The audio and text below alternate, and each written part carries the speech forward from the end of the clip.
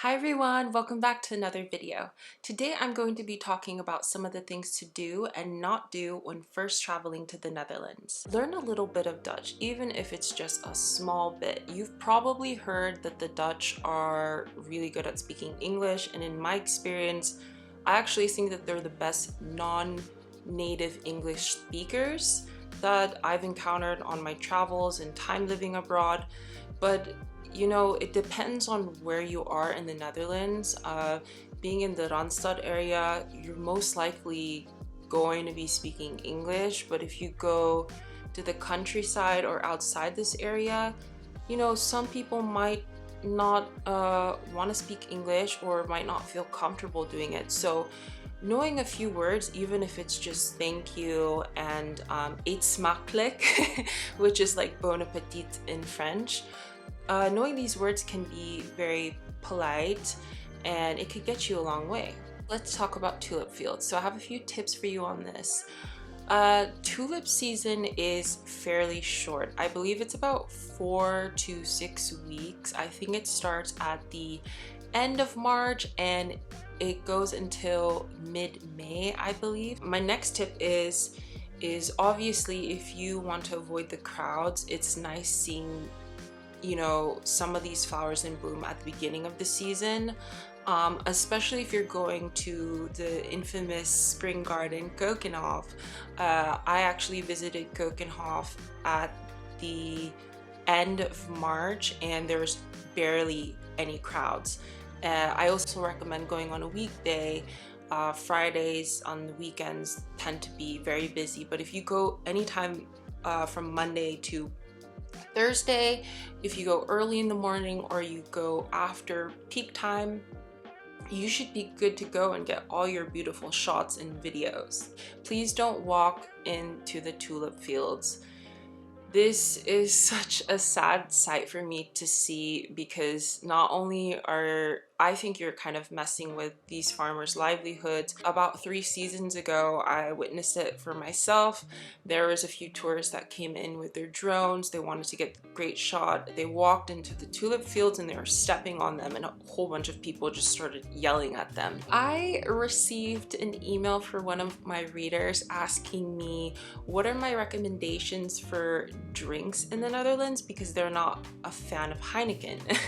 And I kind of laughed at this one, to be honest, because although Heineken is widely consumed in the Netherlands, it's not necessarily the preferred drink of choice. The Dutch have a really nice beer culture in my opinion. There's a wide variety of beers and brands such as Gertic Jan or Gulper, and yeah, some of my own favorites are from local and craft breweries. And if you're not a beer person, there's so many cocktails and different things that you can try that are available at cafes, bars, restaurants. So don't fret, you don't have to drink Heineken. My next tip is to make travel plans for Koningsdag or King's Day. If you don't know what King's Day is, it's a national holiday honoring the reigning monarch's birthday, which is every 27th of April. It's a mass celebration with parties, parades, flea markets. Everyone wears orange because this is the royal Dutch family's official color.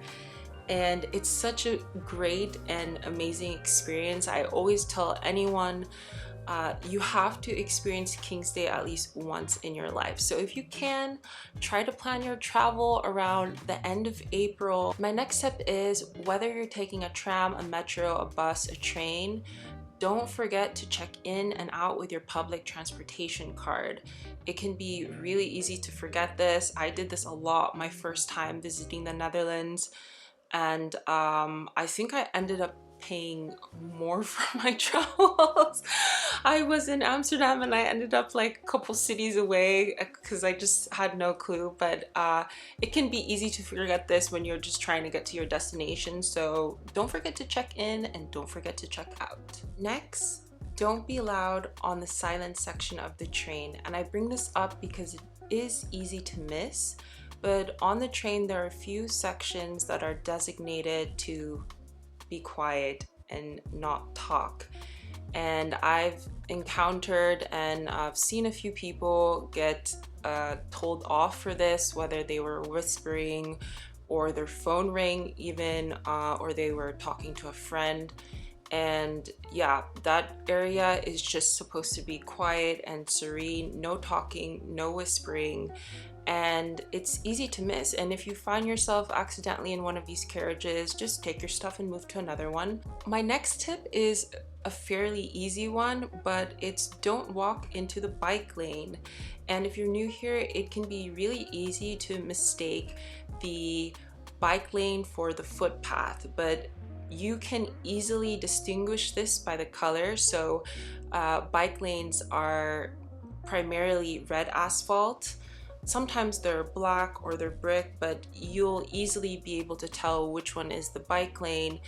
And yeah, just don't walk into it at all, because you're gonna piss off some people. While we're on the topic of bikes, don't bike with your phone in hand. Another obvious one, but I believe in 2019 a law went into effect in the Netherlands that if you're caught with it, you get a 95 euro fee. And a lot of tourists are unfamiliar with the roads, the regulations, and just biking in general in the Netherlands. So it's a danger to yourself and those around you. Plus you could get slapped with a fine, so who wants that? You must venture out of Amsterdam. I understand that first-time visitors want to see the city center, the historic canals, all the monuments. But the truth is that Amsterdam is only a small part of the Netherlands. And I think you're limiting yourself if you only set your mind on that. Have you heard of the quarry in Maastricht where limestone was extracted? What about Vermeer's birthplace in the city of Delft? Or all the beautiful nature and cycling and hiking trails in the Veluwe? There's so many different places to experience and explore in the Netherlands, so don't limit yourself to only Amsterdam.